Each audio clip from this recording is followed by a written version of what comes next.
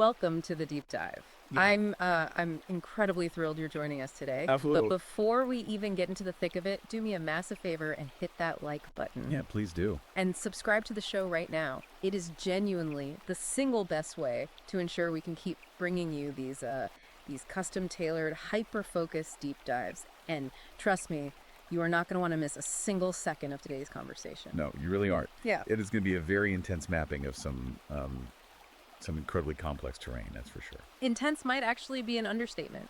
Today, we are taking on a comprehensive review of a highly provocative, totally unapologetic new ebook that is just making massive waves online right now. Huge waves. It's called Marriage Treadmill. The subtitle is Women Marry, then get fat, depressed, lazy, and take their husband to the cleaners. It's written by Conrad Riker. Now listen to me closely here. Whether you ultimately agree with the premise or you strongly push back against it, if you are a man navigating modern relationships, trying to build and protect wealth, or just, seeking to understand the underlying mechanics of modern family law, this book is essential reading. It really provides a crystal clear window into a rapidly growing movement. Exactly. I highly urge you to check Amazon Kindle and Google Playbooks to buy the book right now. You really need to examine the source material for yourself. Right. And while you're at it, make sure to follow the author at Conrad Riker on Substack for his ongoing writings and strategies. But before we truly begin unpacking all of this, we need to set some very strict, very clear ground rules for today's discussion. Yes, we do. The text we are analyzing is highly politically charged. It is written specifically for a men's rights activist audience. The MRA audience, yeah. Right, the MRA audience. And it specifically targets men in the red-pilled manosphere. It heavily critiques modern institutions, mainstream feminism, and what the author explicitly describes as Marxist infiltrations into the traditional family structure. Which is heavy stuff. It is. So I want to make it absolutely unequivocally clear to you, the listener, that we, as your hosts, are never taking sides today. Never. We are not endorsing the viewpoints, the politics, or the ultimate conclusions of this content. Our mission is simply to impartially report on the ideas, the data, and the intricate arguments contained in the original source material. That's our only job here. We want to help you understand the history of our institutions, how they operated before the cultural shifts the author describes, and explore exactly why this specific book is resonating so fiercely with its target audience. Exactly. We're acting as translators and analysts today. We're here to decode the arguments, not champion them. And the journey Riker takes the reader on is sprawling. It covers a lot of ground. We are going to unpack the legal, biological, and cultural traps that the author claims are fundamentally rigged against men. We'll look closely at the historical shift in family courts, the brutal, algorithm-driven realities of the modern sexual marketplace, and finally, we'll explore what the author calls the red pill rebellion. The exact actionable strategies. Right, the strategies men are employing right now to fight back and protect themselves. All right, so let's unpack this. We have to start where the text says the modern trap was first set, which requires a bit of a history lesson regarding the legal landscape. Right, and to understand the author's perspective, we really have to look at the first chapter, which is bluntly titled, The Setup You Were Never Meant to Win. Catchy title. Yeah, Riker doesn't look at modern divorce rates as a modern phenomenon. He pinpoints a very specific, undeniable moment in history where he believed the architectural destruction of the traditional family was signed into law. And that's 1969. It's 1969. The book paints this vivid picture of a man named Robert Ehrlich standing before a California legislative committee. Ehrlich warns them. In no uncertain terms, he says, you are building a legal system that will destroy the family. Wow. And the author notes, rather grimly, that the committee actually laughed at him. They laughed at him. They did. But the very next year, in 1970, Governor Ronald Reagan officially signed California's no-fault divorce law into effect. Wait, let me pause you there, because the book makes a massive deal out of this specific piece of legislation. According to Riker, this wasn't just some minor legal tweak or an administrative update. Not at all. He frames this as the exact moment marriage completely stopped being a binding covenant, like stopped being a real contract, and transformed into what he calls a financial ambush.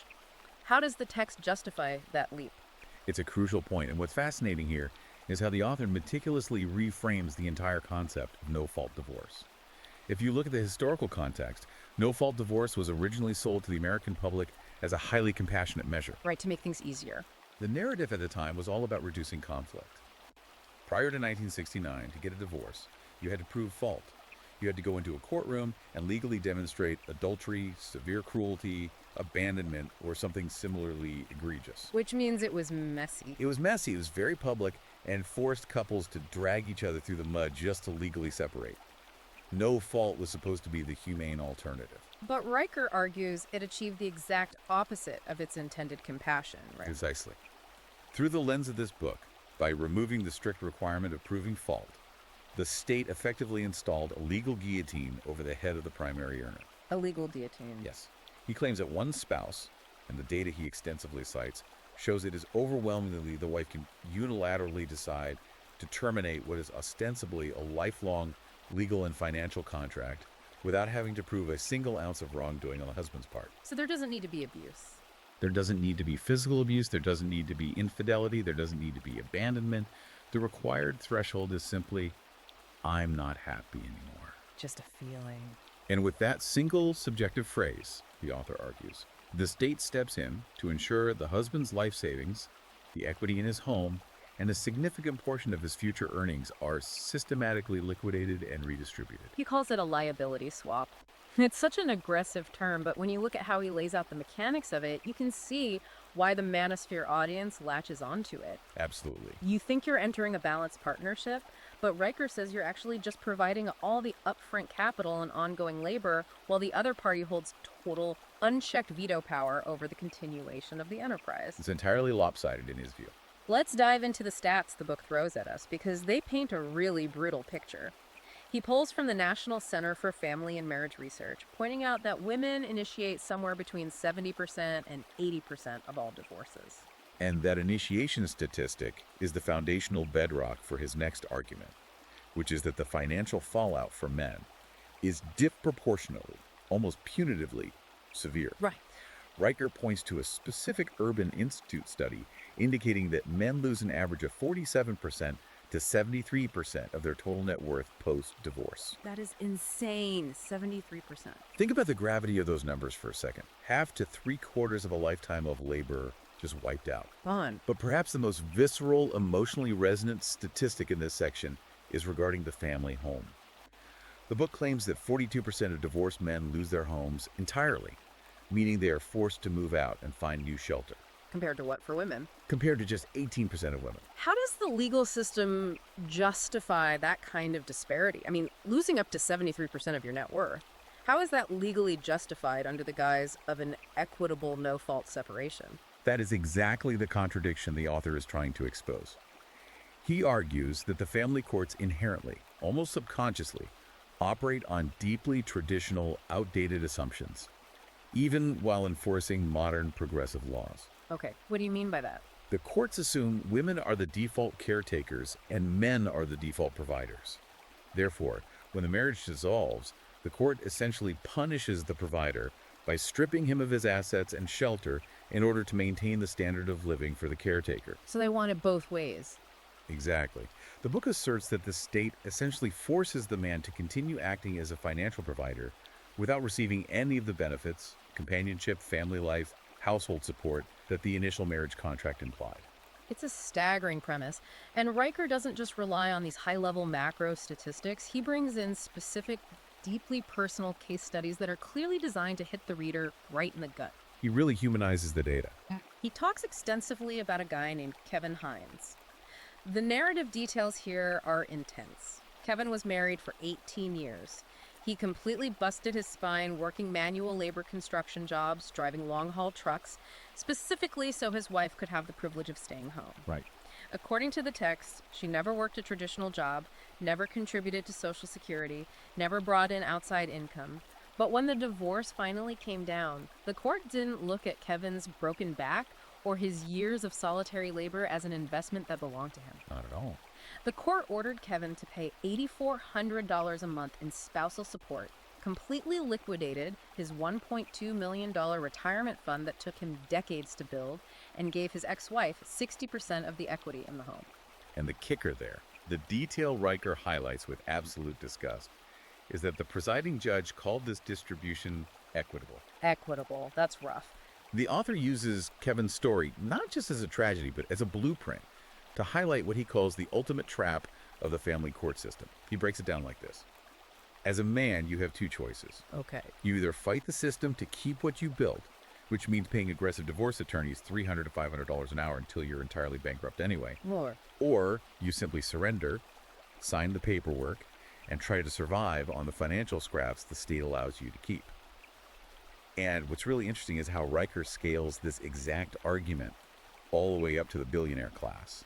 Oh, to prove that wealth doesn't protect you. Exactly. Yeah. He does this to prove a point that absolutely no amount of wealth, societal status, or legal firepower protects a man from this inherent structural bias. He specifically points to the Bill Gates divorce. Oh man, yes. The Bill Gates section of the book is absolutely wild to read. Riker frames the dissolution of the Gates marriage not as a sad parting of ways, but as a state-sanctioned mugging with a press conference. State-sanctioned mugging. That specific phrasing is so loaded.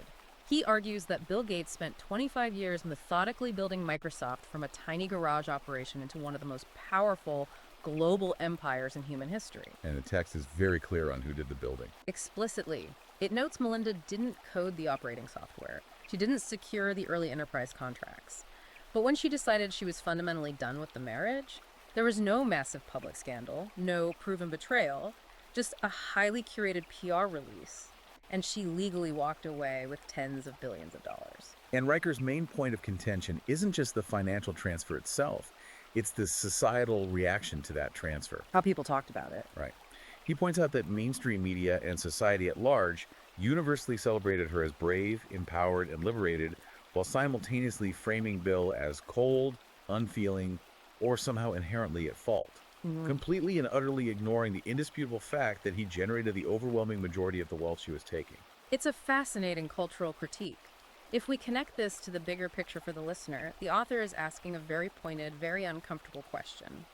If a man with the practically infinite resources and legal teams of someone like Bill Gates is fundamentally exposed and taken to the cleaners, what possible hope does the average working class man like Kevin Hines have? None, according to Riker.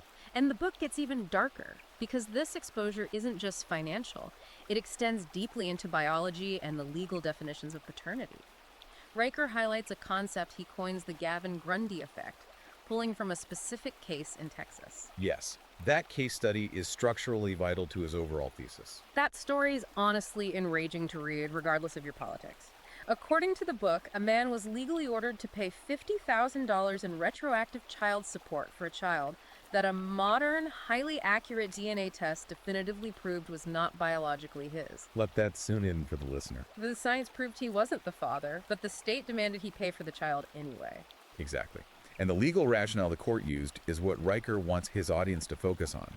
The court argued that because this man had acted as a father, because he had lived in the home, provided for the child emotionally and financially before discovering the truth, he was now permanently financially liable as the father. Biology be damned. Biology entirely be damned. Riker uses this specific precedent to argue a terrifying point for his readers.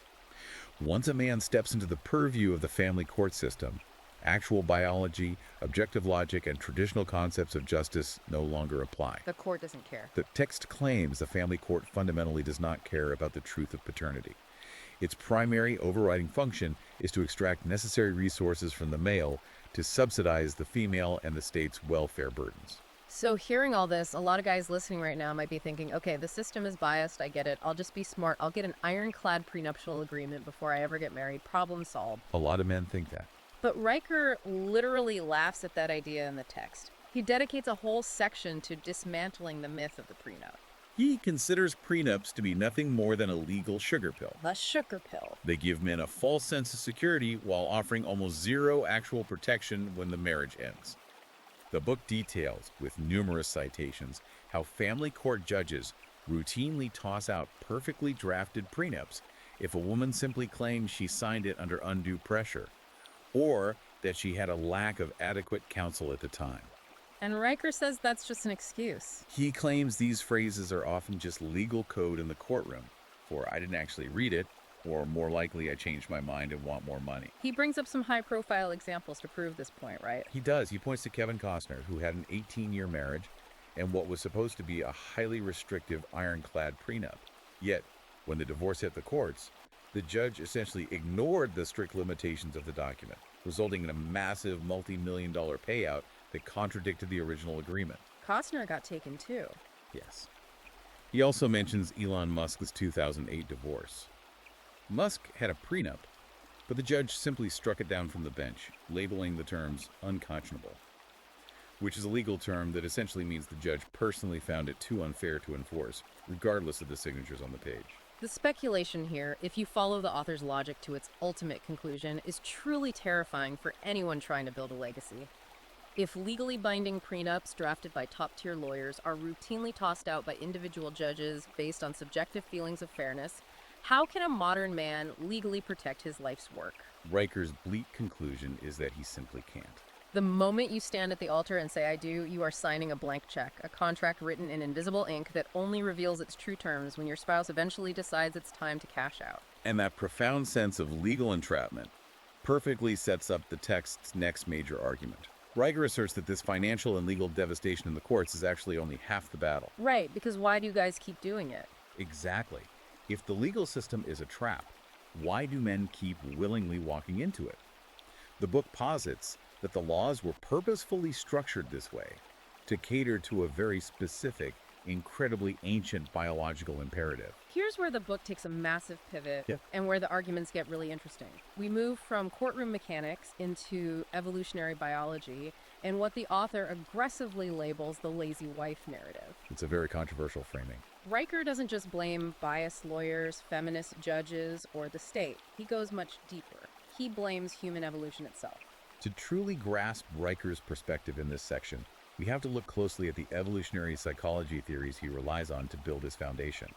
He heavily cites Robert Triver's parental investment theory, which dates back to 1972, as well as David Buss's well-known sexual strategies theory. Which a lot of the manosphere guys already know. Right, listeners familiar with evolutionary biology or general manosphere concepts are probably well acquainted with these ideas, but what's fascinating is how the author applies them to modern marital decline. Okay, lay it out for us. The core premise is that females of our species invest significantly more biological resources into offspring. 9 months of physically demanding gestation, subsequent lactation, and years of highly intensive, calorie-burning early child rearing. The asymmetrical investment. Exactly.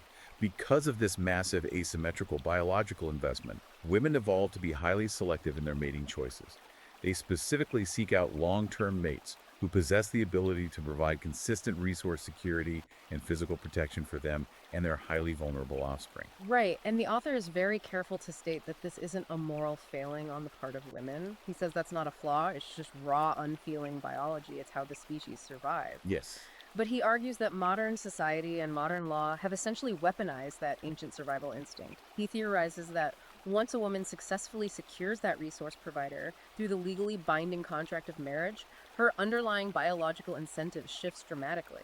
This brings us to what is undoubtedly one of the book's most provocative and controversial concepts, the lazy wife syndrome. Yeah, this part is wild. Riker argues that from a purely ancestral evolutionary standpoint, once a woman has successfully locked down a capable provider and secured a steady stream of resources for her current or future offspring, her core biological motivation to maintain the intense physical attraction and emotional effort required during the courtship phase plummets. She got what she needed. She has successfully achieved the evolutionary goal. The hunt is over. The resources are captured. He refers to this phenomenon as the resource security effect. And he doesn't just present this as a neat philosophical theory, he backs this up with some incredibly aggressive data points. He pulls from the CDC, the Centers for Disease Control and data from the NEA survey. The National Health and Nutrition Examination Survey. Right. Now, for those who might not know, NEAS is a massive ongoing program of studies designed to assess the health and nutritional status of adults and children in the United States. So this is heavy institutional data he's wielding. It's not just a blog post. Right. Riker cites this data to claim that a staggering 62% of married women are classified as obese, compared to roughly 45% of single women. Furthermore, he points to a specific study published in the journal Evolution in Human Behavior, showing that a woman's overall physical activity drops by a massive 27% almost immediately post-marriage. Riker uses this data to draw a sharp contrast with men. He claims that men, driven by the continuous evolutionary pressure to prove their worth as providers and protectors, often maintain or even increase their healthy routines, work hours, and physical output to keep providing that security. So they work harder. They do. He paints a highly controversial picture of modern marriage as a metabolic trap for women. His argument is that the internal biological drive for a woman to stay in peak physical shape naturally fades because the evolutionary audition is definitively over. The necessary resource is legally secured. The way he illustrates this with anecdotes is what makes the book so readable, even if you find the premise offensive. He shares the story of a couple he calls Mike and Lisa from Ohio. That was a tough read. According to the book, before the marriage, Lisa was highly active, a CrossFit regular, always prioritizing her fitness and appearance. Almost immediately after the wedding, she canceled her gym membership, started ordering fast food constantly, and when Mike gently brought it up, she explicitly told him, "I'm not your girlfriend anymore, I'm your wife." Wow. Over the next few years, she gained 45 pounds, completely stopped being intimate with him, and essentially treated Mike like a combination of a live-in housekeeper and an ATM machine. When Mike, feeling completely bait and switched, eventually filed for divorce, the court didn't look at her behavior. They never do. The court awarded her significant alimony, legally categorizing her as a sacrificing spouse. Riker asks the reader, with heavy sarcasm, sacrificing what? Her waistline. It is an incredibly harsh, unsparing critique of marital dynamics, but Riker attempts to ground it even further in hard hormonal biology, specifically regarding the post-childbirth period, which he identifies as the ultimate danger zone for a marriage. Okay, the hormonal shift. He highlights a comprehensive 2019 longitudinal study that tracked over 800 women before, during, and after delivery. The study found that within 6 months of giving birth, a woman's natural testosterone levels drop by an average of 30%, while her levels of cortisol, which is the primary stress hormone, skyrocket. Riker spends a lot of time explaining the actual mechanics of this hormonal shift. He explains that this specific chemical cocktail biologically rewires a woman's brain. Right. It makes her significantly less energetic, drastically less interested in sexual intimacy, vastly more emotionally reactive to minor stressors, and overall less motivated to maintain the energetic effort required to sustain a romantic relationship. In evolutionary terms, she forcefully shifts from mating mode directly into pure survival and protection mode for the infant. What's crucial to understand about Riker's overarching argument here is how modern society, the medical establishment, and the psychological profession choose to interpret this very real biological shift. Because they don't blame biology. No, they don't. He argues that instead of openly acknowledging this as a completely natural, transient, evolutionary mechanism that couples simply need to weather, society actively pathologizes it. When a new mother feels a sudden loss of romantic interest in her husband or feels constantly overwhelmed and irritable, she's consistently told by mainstream therapists, daytime talk shows, and online articles that she is deeply unfulfilled. She's told it's the husband's fault. Exactly.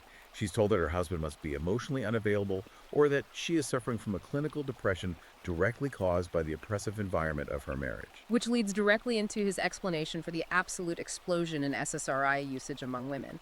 For context, SSRIs are selective serotonin reuptake inhibitors, the most common class of antidepressants, drugs like Lexapro or Zoloft. Right. Riker cites recent CDC data showing that a staggering 19% of American women have recently used antidepressants.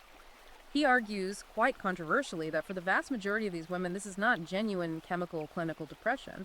Rather, he calls these pills a moral anesthetic. Yes, that phrase, moral anesthetic, is absolutely central to his thesis. He claims that many women are essentially self-medicating to numb the intense cognitive dissonance and underlying guilt of systematically destroying their families through unnecessary divorce. Because they know they're breaking the contract. Right. He points out a specific data point, that antidepressant use among married women jumps an incredible 78% post-childbirth. In his view, they break the marital contract because their biology is signaling that the necessary resource is secured, the hormonal drive for the mate has vanished, and they are simply bored. But they need a narrative. But society provides them with a convenient narrative. It tells them that their feelings of emptiness must somehow be the man's fault.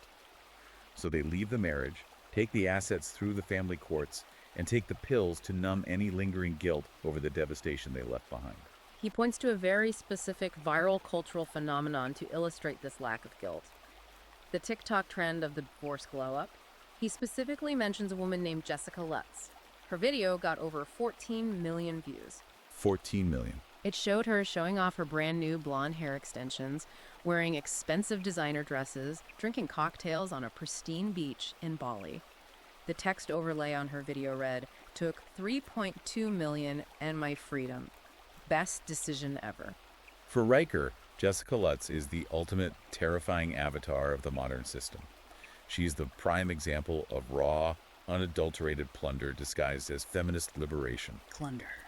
According to his analysis of the case, she invested absolutely zero financial capital into the creation of that 3.2 million during the marriage, yet she legally walked away a multimillionaire, and the entire internet algorithmically cheered her bravery. And where's the husband in all this? Meanwhile, the husband, the one who actually generated the wealth, is left working night shifts to rebuild, paying 70% of his new take-home pay in ongoing child support, and is legally restricted from seeing his own kids more than 4 days a month. Think about this profound double standard Riker is pointing out to you, the listener. It's the crux of his biological argument. Why is a husband heavily punished, both socially ostracized and legally decimated, for having a negative reaction to his wife's biological and emotional withdrawal, while the wife is actively financially rewarded by the family courts for simply claiming she is unfulfilled? It's a glaring hypocrisy. If a man leaves his family because he's bored, society rightfully labels him a deadbeat. But if a woman leaves her family because she's bored, society writes articles about how she is bravely finding herself. This glaring hypocrisy raises a vital systemic question, and it transitions us beautifully into the arguments presented in the third section of the book, Institutional Capture. Yes. Because if underlying biology and the mechanics of the legal system are working in seamless tandem to extract resources from men, someone or something has to be orchestrating the culture that normalizes and celebrates this extraction. It's not happening in a vacuum. Right. Riker places the blame squarely and unapologetically on the systemic infiltration of feminism and Marxism into modern Western institutions. He calls this overarching system the gynocracy. And the foundation of the gynocracy starts with the concept of the state systematically acting as a surrogate husband. The state as a husband. Riker points out that since the cultural revolutions of the 1970s, the U.S. government has massively expanded its welfare initiatives, specifically targeted at women with children, into a sprawling $170 billion a year industry. The author's thesis here is that the modern welfare state was designed to actively replace the fundamental need for fathers in the home. He argues that by providing guaranteed public housing, food subsidies, health care, and direct financial stipends to single mothers, the government purposely disincentivizes women from relying on male partners or putting in the hard work required to maintain a difficult marriage. So the state competes with men. Exactly. The logic he presents is coldly rational. Why would a woman compromise with a flawed human husband when the federal government acts as a perfectly compliant provider? Right. A provider that never argues back, never demands physical intimacy, never asks for a warm meal, and most importantly, never stops depositing the check. He shares a very brief but chilling story of an interaction he had with a single mother at a gas station. He asked her about her situation, and she told him flat out, without an ounce of shame, "I don't need no man. The government takes care of me." Unbelievable. He notes she was pulling in the equivalent of $32,000 annually in various state and federal benefits without working a single hour. Riker says this isn't female independence. It's a state-supported, taxpayer-funded separation from the realities of working life, and the cruelest irony is that it is primarily funded by the tax dollars of the very men who are being rendered socially obsolete by the system. To illustrate just how deep and pervasive this institutional capture really is, Riker takes the reader on a fascinating international tour. He specifically looks at Scandinavian countries, like Sweden and Norway, which are constantly lauded by the mainstream media as progressive utopias of gender equality. The progressive utopias. He refers to them not as models to emulate, but as dark cautionary tales of the gynocracy taken to its logical extreme. Yeah, he completely dismantles the progressive utopia narrative. Let's look at what he says about Norway. He talks extensively about the 2003 Norwegian law that legally mandated that 40% of all corporate board seats must go to women. Right, the gender quotas. Riker argues this mandate had absolutely nothing to do with corporate merit, business acumen, or market efficiency, and everything to do with enforcing a rigid Marxist ideology of equal outcomes. He cites several economic studies showing that immediately following this government mandate, Norwegian firms suffered a measurable drop in overall market value and operating performance. He claims the corporate boards were hastily filled with political consultants, academics, and diversity activists who had zero actual experience running complex profit and loss statements for massive companies. He calls it the feminist factory. The feminist factory, yes. It's a system where useless diversity managers and bloated HR departments multiply like a virus, existing solely to install unqualified women as corporate trophies, effectively punishing male competence, driving away top talent, and creating massive systemic economic bloat. And when he looks at Sweden, the social outcome he describes is incredibly dark. Riker points out an absolutely tragic statistic. While Sweden constantly celebrates its feminist government and its equitable social policies, the suicide rate for divorced men in Sweden is 3 times higher than that of married men. 3 times higher. He tells the heartbreaking story of a man named Jonas in Malmö. Jonas lost 70% of his income in a brutal divorce, only to find out years later through a DNA test that the child he was paying for wasn't even his. Yet the progressive Swedish court still forcefully mandated that he continue paying child support to the mother. What Riker is highlighting with these international examples is that in a political system that legally elevates female autonomy and comfort above all other societal metrics, male disposability becomes fully institutionalized. It's just accepted. It becomes the background radiation of the culture. And he argues that this conditioning doesn't just spontaneously happen in adult courtrooms or corporate boardrooms. It starts much, much earlier and is reinforced constantly by the media we consume. Let's talk about what he calls Hollywood's systematic war on men. Riker says that if you look at the writers' rooms of major studios today, they are heavily dominated by women and progressive activists who have absolutely no biological or cultural interest in male survival or male heroism. They're rewriting the myths. He says they are actively rewriting the cultural narrative to erase masculinity. He points to Disney as prime suspect number 1. In the massive hit Frozen, the father, King Agnar, dies silently in a shipwreck early on, his legacy completely erased and forgotten, while the women become these omnipotent goddess queens who rule the kingdom perfectly without any need for husbands or male guidance. He also points a critical finger at the modern Star Wars franchise. He argues that legacy male heroes, icons of traditional masculinity and heroism like Luke Skywalker and Han Solo, are systematically humiliated, killed off unceremoniously, or portrayed as bitter, cynical failures. Right. And who replaces them? Female protagonists like Rey, who, the author notes, possess instant godlike mastery of their skills without ever having to go through the traditional, painful hero's journey of grueling training, significant failure, and eventual redemption. They just show up perfect. Exactly. He even brings up massive television hits like Shonda Rhimes' Grey's Anatomy, arguing that in these gynocentric shows, male characters exist primarily to suffer, to cheat, to be emotionally stunted, or to die simply to serve as a catalyst for the emotional growth and ultimate triumph of the female leads. The overriding message, according to Riker's analysis of pop culture, is that men are inherently useless unless they are actively serving or sacrificing themselves for women, and that the era of the male legacy is permanently over. But he says it's not just movies and TV shows programming us. The real conditioning, the most dangerous part of the trap, starts in the elementary school classroom. The education enfeeblement. He dedicates a deeply unsettling section to what he calls the education enfeeblement, arguing that modern public schools genuinely structurally hate boys. He argues that the modern classroom environment has been transformed into a behavioral prison, specifically designed for the comfort and development of girls. The required behaviors, sitting perfectly still for 8 hours a day, whispering, avoiding any roughhousing or physical conflict, being highly compliant, these are traits that naturally align much more easily with female biological development. While boys are wired differently. Boys are biologically wired by testosterone for constant movement, physical competition, and risk-taking. But in the modern school, these natural male traits are immediately pathologized and labeled as disruptive or toxic. He backs this up with some terrifying medical data. He notes that young boys are diagnosed with ADHD and subsequently drugged with powerful amphetamines like Adderall at triple the rate of young girls. Triple the rate. He shares the absolutely absurd story of a 7-year-old boy named Ethan in Massachusetts. Little Ethan was suspended and sent for mandatory behavioral intervention and psychological counseling because he chewed a strawberry Pop-Tart into the vague shape of a gun during recess. A Pop-Tart. Meanwhile, Riker sharply points out The devastating relational aggression, the vicious rumor mongering, and the psychological social manipulation that young girls naturally engage in are completely ignored or downplayed by teachers because, as he puts it, emotional violence doesn't count if it comes in pink. If we pause and connect this sweeping cultural critique to your daily life, the author is asking you to observe how this seamless web of conditioning operates from early childhood straight through to adulthood. Think about the progression he lays out.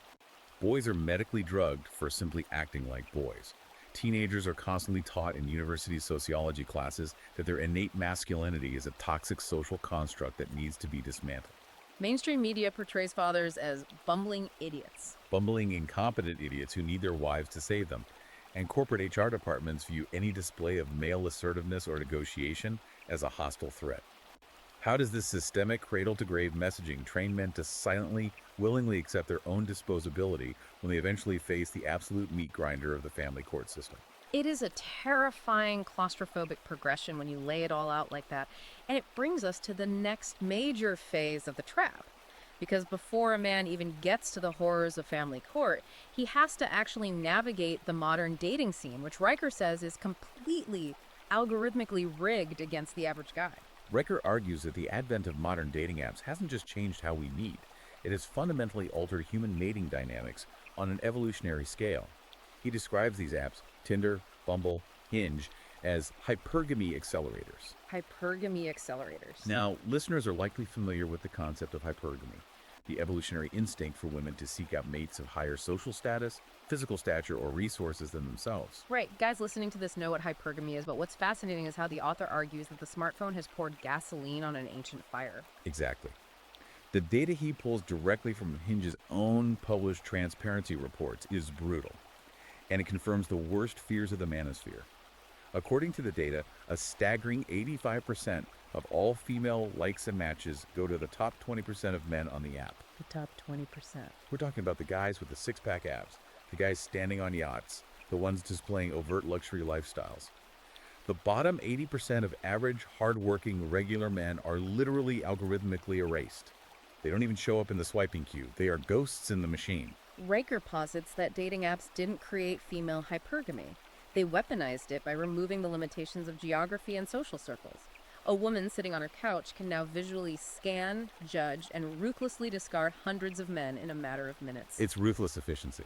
He argues that the algorithm inherently rewards narcissism, sociopathy, and overt displays of wealth, while completely ignoring traits like loyalty, stability, and a nurturing disposition.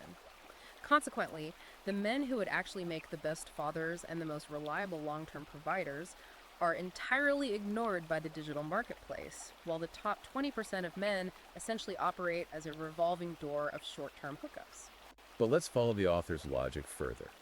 Let's say an average guy does manage to navigate this digital minefield. He beats the algorithm, he gets into a serious relationship, or he gets married.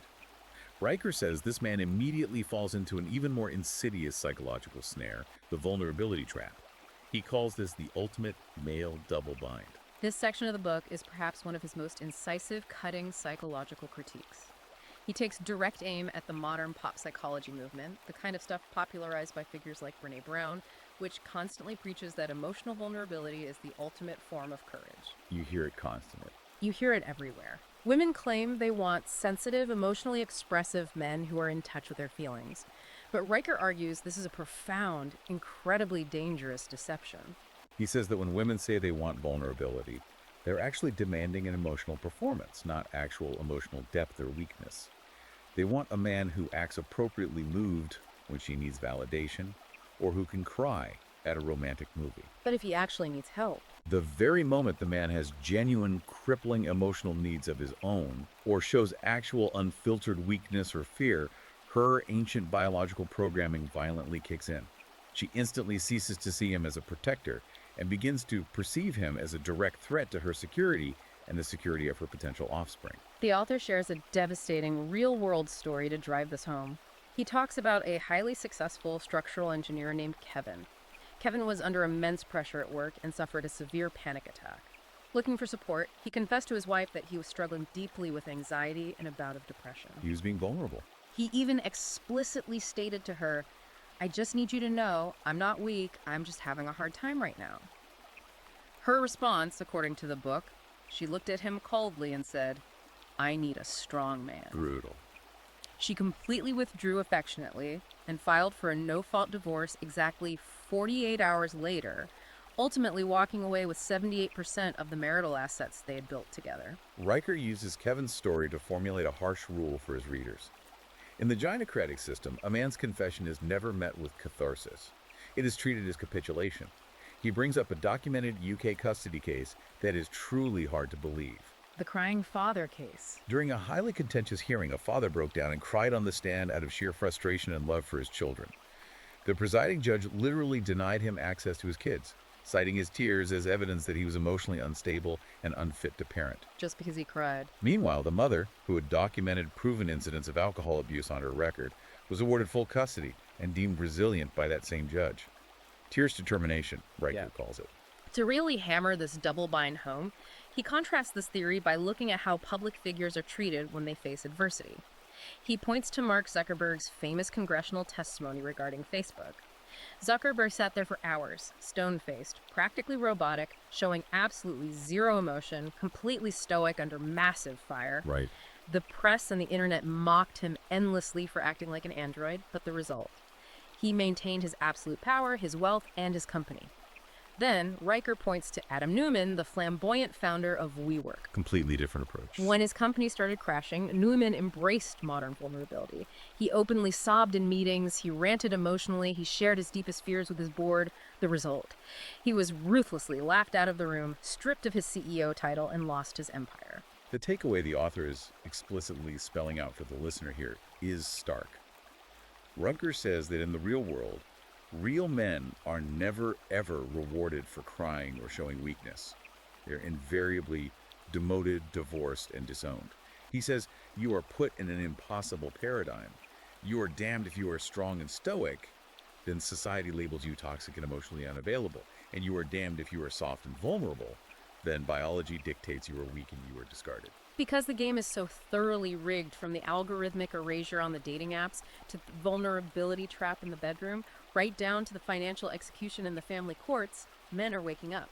They are realizing they simply cannot win by playing by the old honorable rules their grandfathers played by. The rules have changed. And that realization brings us to the explosive climax of the book, the final chapters where Riker shifts from diagnosing the disease to prescribing the cure. It's time to discuss the Red Pill Rebellion, strategy, brotherhood, and opting out. This is where the tone of the book changes dramatically. The final chapters are not philosophical. They read like a highly tactical underground field manual. His message to his readers is blunt and uncompromising. Stop complaining on the internet. Stop crying about how unfair the system is, and start aggressively organizing. He starts with the most immediate battlefield, the courtroom. Riker argues that since the legal system operates entirely on cold, hard evidence, rather than any concept of fairness or truth, men must become absolute masters of documentation. Your word means nothing. Your data means everything. He details some incredibly innovative, almost dystopian strategies for surviving the modern family court. He talks extensively about an app called Proof of Fatherhood, which he says was built by a group of frustrated tech engineers in Austin, Texas. An app specifically for this. Yes. This app is designed to create an unbreakable digital alibi for fathers. It automatically logs GPS check-ins every time the father drops the kids at school or takes them to the doctor. It scans and categorizes receipts for every single child-related expense down to a pack of diapers, and it instantly syncs all of this data to an encrypted cloud storage server that the mother cannot access or alter. That is next-level preparation. The strategy is simple. When a mother inevitably stands before a judge and claims the father is absent or not contributing, the father doesn't argue. He just drops a massive file of irrefutable, time-stamped, geolocated data on the judge's desk, effectively neutralizing her narrative. But he also highlights brilliant, low-tech solutions. He talks about the absolute necessity of using color-coded Google calendars shared between parents, where every single interaction, swap, and request is documented in writing. He emphasizes, with bold text, the absolute necessity of never ever signing a default legal agreement just to make the pain stop. Never surrender. Riker tells men to start treating co-parenting and divorce as a heartbreaking emotional tragedy, and to start treating it exactly like a hostile corporate merger that requires meticulous, unfeeling project management. But the real power of this rebellion, according to Riker, doesn't come from apps or calendars. It comes from a return to tribalism. It comes from brotherhood. He shares incredible, inspiring stories of men who have decided to pool their resources to fight back collectively. He introduces us to Joe in Detroit. Joe the mechanic. Joe is a blue-collar mechanic who went through a brutal divorce. Instead of giving up, he turned his commercial garage into a literal legal fortress for local fathers. On weekends, Joe hosts seminars where he brings in retired, sympathetic ex-judges, forensic accountants, and aggressive paralegals to teach working-class fathers exactly how to file motions and fight for custody without going bankrupt. That's amazing. According to the book, within a single year of starting this garage clinic, 14 men in his local network successfully regained visitation rights they had previously lost. That is incredible. And he talks about the Divorce Defense Circle in Columbus, Ohio. This was a group of a warehouse supervisor who organized 6 different men who were all facing custody battles in the same county.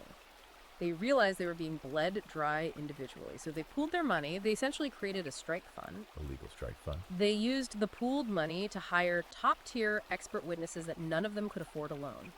They coordinated their public testimony, shared legal research, and successfully exposed a highly biased local judge, ultimately forcing a massive change in the local legal culture. They unionized against the family court. We also see the rise of proactive legal strategies among younger men, like the prenup pact. This is a growing trend where groups of close friends sign legally binding mutual agreements to financially fund each other's legal defense if one of them ever gets divorced.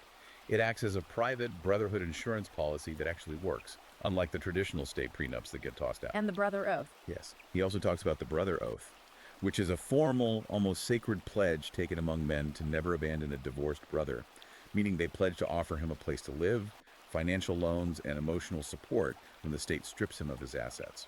Riker even notes the rapid rise of red pill barbershops popping up in dozens of major cities. These aren't just places to get a haircut. They are acting as underground, word-of-mouth legal clinics where working-class men can get reliable legal referrals, share tactics, and find support away from the prying eyes and listening ears of feminist-dominated institutions. It's a shadow network. What's so fascinating about this entire section is that Riker isn't proposing anything new.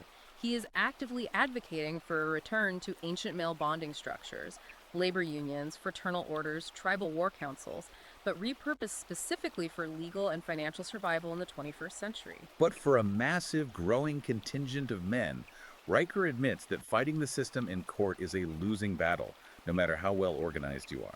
For them, he says, the ultimate, most devastating rebellion isn't fighting the system at all. It's starving it of oxygen. It's the exit strategy. It is opting out entirely. This is where we get into the massive rise of the herbivore men, or the MGTOW movement, which stands for men going their own way. Now, mainstream media often paints these men as bitter, socially inept losers who live in their mother's basements because they can't get a date. That's the popular narrative. Riker insists that narrative is a desperate lie peddled by a system terrified of losing its tax base. He frames the MGTOW movement not as a retreat born of weakness, but as a highly calculated, deeply rational economic boycott. The mathematical logic he presents for this boycott is bulletproof in its simplicity. He argues that when the statistical risk of losing 70% of your net worth, losing the home you pay for, and losing access to the children you love vastly outweighs the increasingly rare benefits of a modern marriage, the only logical, self-preserving choice for a rational actor is to flat out refuse to sign the contract. Why play a rigged game? Exactly. Why play a casino game where the house is legally mandated to cheat you? He talks about real-world manifestations of this boycott, like the marriage delay pledge. According to his research, over 120,000 men in various online forums have taken a vow to absolutely refuse marriage before the age of 35. They're waiting to build leverage. They are intentionally waiting until they have acquired enough personal wealth, leverage, and emotional detachment to dictate the terms of any relationship, rather than being dictated to by a younger partner or the state. He also discusses the rise of stealth partnerships. These are men who are living with women, even raising kids with them, but who absolutely refuse to sign state cohabitation registries or formal marriage licenses, specifically to avoid falling into the legal trap of common law marriage or divorce court. And for the high net worth individuals, the entrepreneurs, the surgeons, the guys with serious capital to protect Riker, explores highly sophisticated financial evasion tactics. He details how top-earning men are utilizing complex LLCs, offshore accounts, and impenetrable private trusts to hold all their assets and fund their children's expenses. So they own nothing on paper. They do this so that on paper, they own absolutely nothing. By legally removing their wealth from their personal name, they bypass the jurisdiction of the family courts entirely. If the relationship ends, there is nothing for the state to redistribute. By completely removing the state from the romantic relationship, these men maintain absolute leverage and permanently protect their life's work. Okay, let's take a breath and wrap this massive, intense journey up by summarizing what we've unpacked today. Conrad Riker's underlying thesis in Marriage Treadmill is razor sharp and deeply unsettling. He posits that modern institutions, from the elementary schools drugging boys to the HR departments punishing assertiveness, straight up to the family courts redistributing wealth, have been systematically captured by feminist and Marxist ideologies specifically designed to extract resources and labor from men while offering them nothing in return. That is his core argument. According to the text, the only way a modern man can survive today with his sanity and his bank account intact is through unyielding, paranoid documentation, by building impenetrable offline male brotherhoods, and ultimately by flat out refusing to sign legally lopsided contracts like traditional state-sanctioned marriage. It is a profoundly stark, unyielding, and cynical worldview. And as we conclude our impartial reporting on this highly controversial text, I want to leave you, the listener, with a final provocative question that builds on the macroeconomic implications of Riker's work. Lay it on us. Consider the ultimate logical endpoint of this celibacy strike, or the MGTOW movement. What happens if this isn't just a fringe internet subculture? What happens if the highest earning, most hyper-capable men in our society, the master engineers, the trauma surgeons, the men who build the electrical grids and run the logistics networks, universally adopt this strategy? That would be devastating. If they collectively refuse to participate in marriage, refuse to buy the massive suburban homes that drive the real estate market, and refuse to build traditional consumer families, what happens to the underlying economic and social infrastructure of a Western nation that secretly relies entirely on the surplus labor, the high-income taxation, and the physical sacrifice of those very men to fund its sprawling $170 billion welfare states and progressive institutions? Wow. It is a chilling macroeconomic question that society seems entirely unprepared to answer. It really makes you rethink the entire foundation of the societal structure we take for granted every day. Listen, this has been an absolutely incredible, mind-bending deep dive.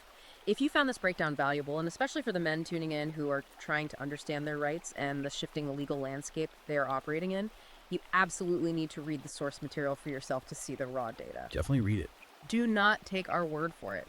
Check Amazon, Kindle, and Google Playbooks right now to purchase Marriage Treadmill by Conrad Riker. And make sure you go online and follow Conrad Riker on Substack for his ongoing unfiltered strategies and updates on these exact issues. Thank you for taking this long, intellectually demanding journey with us into some very challenging and uncomfortable terrain. And please remember to hit that like button and subscribe to the show before you close the app so we can keep bringing you these massive deep dives. Thank you for joining us today. Stay sharp, stay informed, and stay connected. Catch you next time.